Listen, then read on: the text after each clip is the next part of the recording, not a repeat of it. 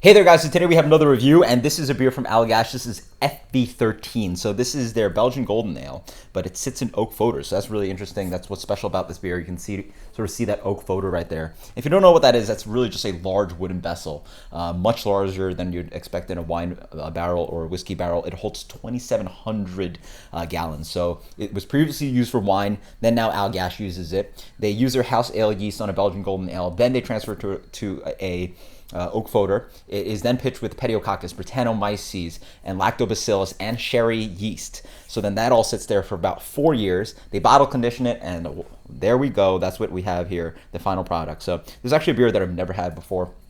Really excited to dig into it.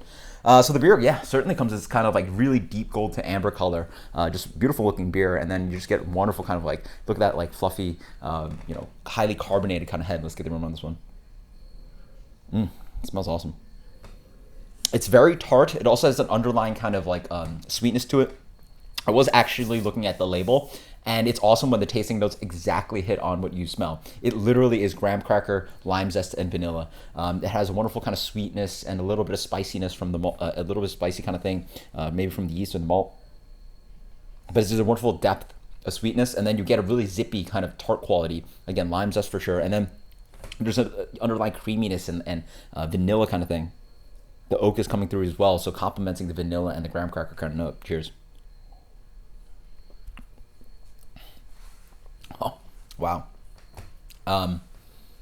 Elegant beer for sure. Wow, fantastic. The first thing you notice is that like you get that wonderful kind of like soft, creamy head, and that sort of accentuates the vanilla notes in this beer, so it has really initial attack of creaminess, which is very nice.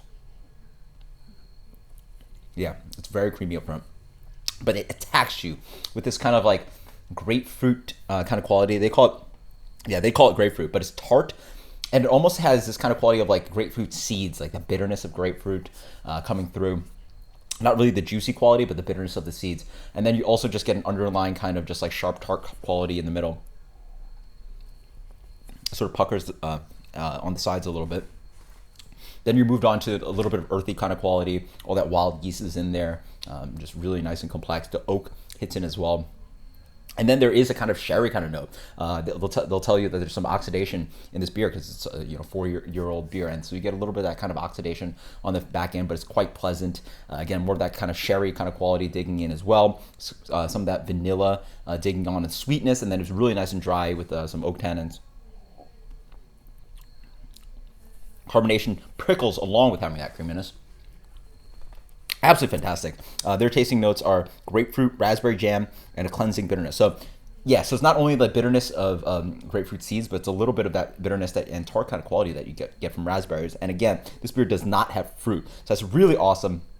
What an elegant beer. Absolutely delicious. I'm going to give this one a 97 minus. It's really good. I definitely recommend that you check it out. This is FV13 from Allagash. Until next time, guys. Cheers. Later.